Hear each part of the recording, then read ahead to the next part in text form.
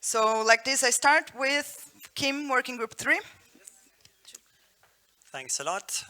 We had a really good discussion around that table, looking at sustainable sanitation, linkages to climate change.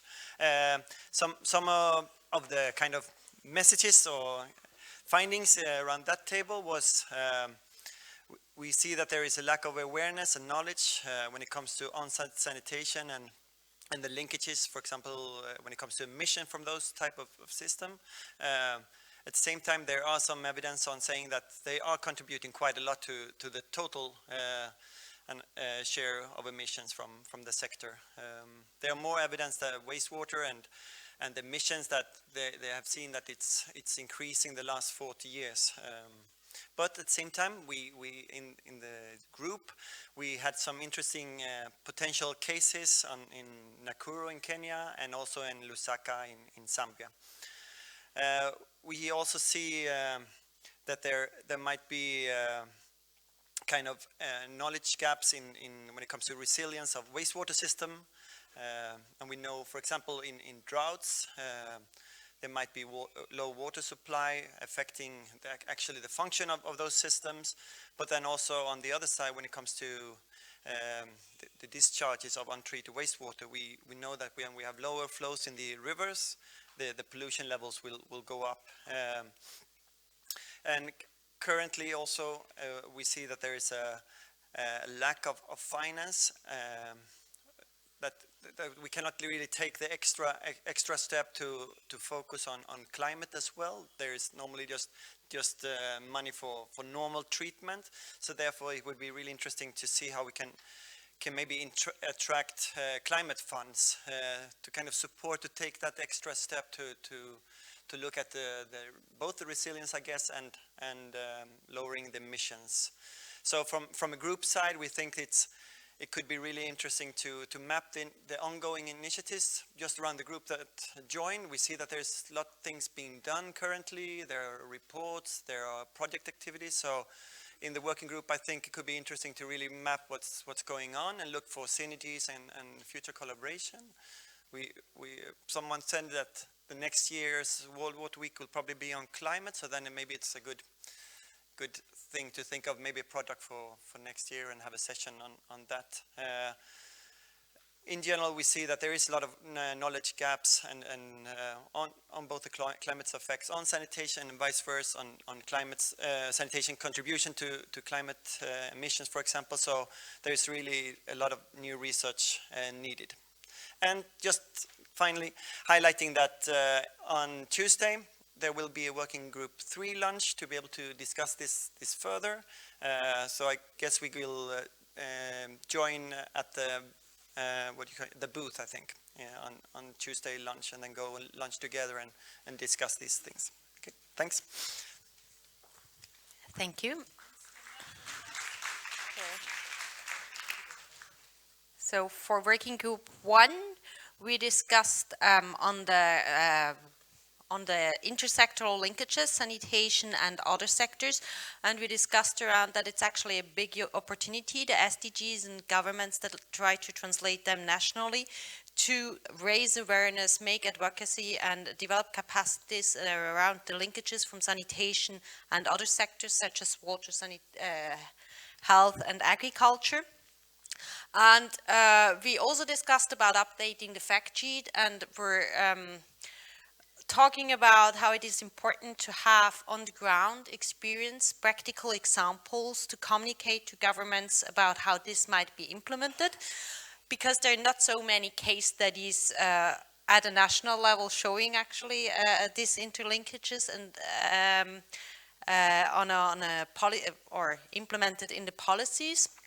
And in general, we then discussed about the same questions that comes up every year, the difficulty of showing impact of capacity development activities, but we still would like to highlight, or how can we then communicate the relevance of capacity development for programs. So we plan to have, based on interlinkages, document the visual representation, what is the role of capacity development in the different SDGs.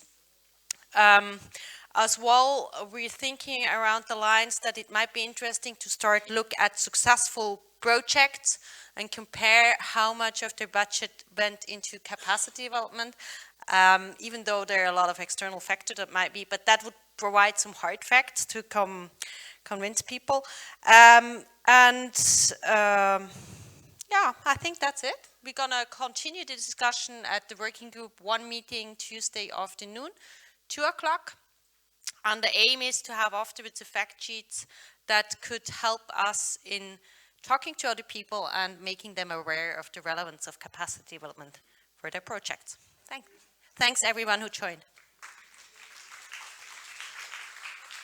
Great. So I was working with the behavior change group. We started off with quite a small group. So the first discussion was about the need to build more awareness of behavior change in SuSanA, to share more examples. We then talked a bit about the SDGs, and starting with the importance of behavior change for all of the SDGs. We then talked a bit about linkages to the education and the health goals in particular. As well as other goals on climate change and life on land, life in water, more relating to behavior change throughout the sanitation chain, how waste is handled. So not just use of sanitation, but also how we need to think about which kind of systems. So I think that was an interesting linkage to group 3 on that environmental side.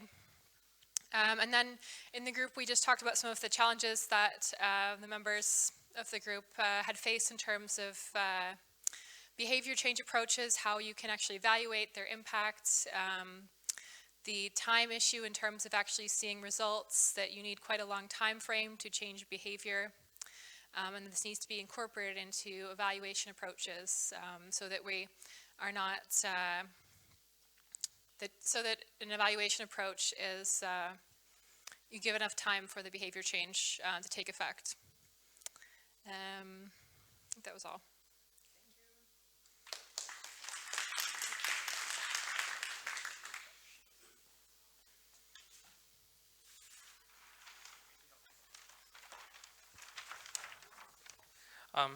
Hi, so Prit and I were in the cities working group, number 6. So basically what we tried to do was to understand how urban sanitation frameworks can be leveraged to look at the spillover effects on other SDGs, which are often not monitored. When we implement urban sanitation projects, we look at monitoring SDG 6 targets only. So some of the reasons why that was important to do in the first place is to find synergies in cities so that you don't duplicate efforts already, and to look at holistic planning and also make life easy for the government, because the government doesn't take such a narrow view, but they want to develop cities as a whole. So we had some experiences from government planners themselves. From someone from Zambia was there, so they gave a lot of examples. We had 12 in total possible case studies that we can then delve into later to find how holistic planning of, for example, integrating solid waste management and FSM, or stormwater management and FSM and other things. And in total, some of the important SDGs we found synergies to have in the cities working group were, of course, the SDG 11 on sustainable cities, SDG 12 on resource consumption, SDG 7 on energy, and of course we can go on to few other SDGs which have certain extra degrees of influences. But in total, that is the major things that came out of this group. Thank you for all those who joined.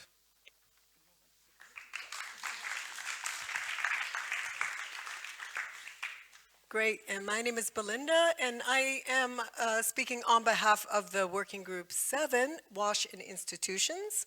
Our discussion took mostly a focus on the O&M tool. This is the online application, Calculate the Cost. And I think it kind of responds to a fundamental question we have with O&M in schools. We say there's challenges with O&M, and it's basically finding out how what is the cost for an O&M per school or per unit cost per child? And I think fundamentally, by answering those questions, you have on the one side, you can start to advocate with governments on what kind of investments that need to be there, and schools can have some practical planning. So our discussion was really around the application tool, which is just being launched through the GIZ program and with Fit for Schools. And what we were sort of thinking is the Group 7 offers a platform to actually try it. A lot of the different partners mentioned, I think it was like Matilda also mentioned that this could be something you could do within the application of the Zambia. I was also saying in other places. Is it Zambia? Is it Matilda? Yeah. So, so we think maybe within the Working Group 7 there is an application that maybe we can all try it. And I think, yeah. So I think it's one step when you talk about intersectoral linkages, it's understanding financing, being able to advocate. And yeah, that's it. Thank you. And thank you for all those who joined. Thanks. Well, and lastly, but not least, there is someone else? Okay, lovely, okay. They just stole my thunder. Anyway, so for Working Group 5, we had a very interesting first session. We had a bunch of people there, but I think in the second round, we donated all our members to, I think, Working Group on Behavior Change. So we had no one we had no second round. We are very generous. But anyway, our first question that we dealt with in the discussion was about what projects different colleagues are working on relating to resource recovery, productive sanitation, and food security. So we discussed people that are working on governance barriers and drivers to resource recovery, people that are working on business development for resource recovery projects, standards and regulations for resource recovery, people that are developing reuse-focused fecal sludge treatment plants. And we also had, I think, the most celebrated farmer in the SuSanA network with us, Scott from China, also sharing his experiences growing fruits with urine from urine diverting toilets. That was the first part of the discussion. And the second part was talking about how different colleagues can make use of the Working Group 5 network and platform to further their projects and the work that they are doing. So people said we need to have a further discussion about standards and regulations. There's a discussion about whether reuse should be standards driven or the discussion should be about risks rather than standards. And that's something we were going to be picking up on. And then there's a discussion about sharing experiences and viable business models for resource recovery initiatives, but also how to make policymakers interested in productive sanitation. And last, before I leave the stage, on Wednesday, we are having a 90-minute networking session for Working Group 5 members. So if you are around the World Water Week area, please drop by Quality Globe Hotel at 1:30 p.m. And if you're not able to join, we shall be streaming the session live in Adobe Connect. The link has been shared on the SuSanA forum. Please join us and let's continue the conversation for productive sanitation. Thank you.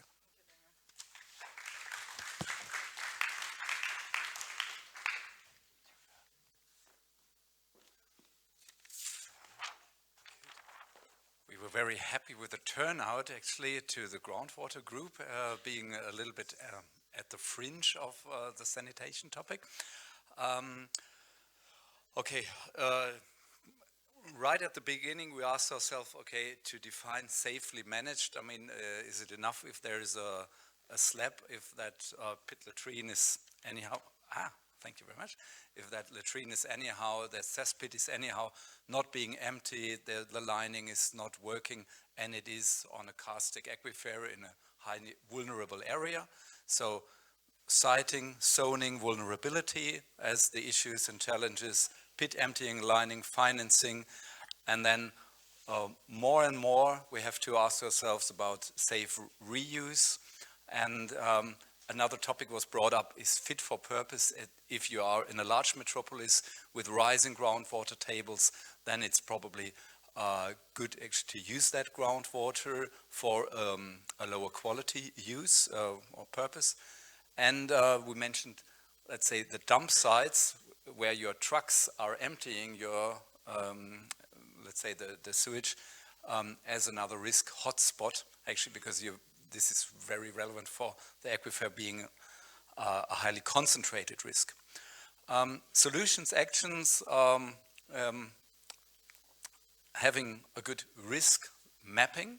So not only the vulnerability map where the aquifer is vulnerable, but actually where you have like these dump sites, your highest risks, and to probably discuss the joint monitoring program definition of safely managed, also in terms of groundwater risk. Well, raise awareness, institutional integration and communication between the institutions, to adapt the mass flow diagram, probably the SFDs, in terms of listing, okay, which are the components which are of high risk to groundwater. And basically our central activity is that we want to develop a new fact sheet within the next months, or probably a year, but rather with months. And we are looking actually for volunteers to contribute to that with Karen and myself. We've got some bit more experienced guidance, but we are looking actually for people who are coming in to take over this fact sheet. And we also had, let's say, some encouraging signs actually of people wanting to draw the diagrams, and so it's all on a good way. Thank Karen, what did I forget? No, it's fine. Are we planning for a meeting or not? I'm not sure. Or do we not want to announce that? Maybe if we get the list from Franziska, we can send something around later this week if we're planning to meet or something. We are thinking about Tuesday, 4 o'clock. But we're thinking about Tuesday, 4 o'clock, but we don't know where yet. At the World Water Week. Thank you very much. Thank you all for presenting. Thank you all for engaging in the discussions. And please take that as an invitation to remain engaged within the groups. And with that, I would like to invite Kim, who will be moderating our last session, right?